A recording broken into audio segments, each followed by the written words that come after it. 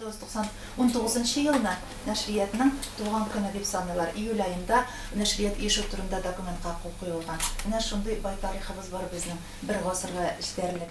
Менә үзегез уйлый аласыз инде шушы кризис дип әйтәбез инде, кризис заманында берни дә тотрыклык булмаган заманда без бары тик дәүләткә генә эшләмә алабыз. Чөнки без дә чыга торган 100% дәреслекләр алар Мәгариф министрлыгы заказы буенча чыгарыла. Бер генә дәреслектә безнең үз белдеклегебез белән чыгарылмый. Матур әдәбият белән бергә халык хәзер бик күңелле күренеш тарих белән кызыксына. Татарстан тарихын, Казан тарихын бик яраталар. Менә ул китаплар безнең сатуда һәрвакыт без арттырырга тырышабыз аларның санын. Мәсәлән, яңа гына чыкты әле безнең татар тарихы Равил Фахретдиновның берсе калын һәм зур форматта Татарстан тарихы дип атала. Ул бер китап һәм икенчесе кыскартылган ансы туристлар өчен дип әйтгәндә 3 телдә татар, рус һәм инглиз телләрендә дә шулай Татарстан тарихы бар. Казан Кремле турында бик матур альбом чыгардык. Аны туристлар һәм кунаклар бик яратып алалар. Балалар әдәбиятында мин бүгенге көндә кызыксаналар дип әйтер идем. Ул безнең шулай ук сатуда һәрвакыт бар һәм аны күп алалар. Бүгенге заманда безнең басым интернет челтәренә ясала бит инде.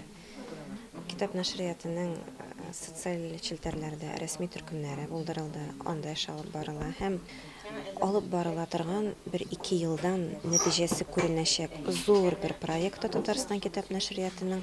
Ул да булса Татар әдәбияты үзәге порталы.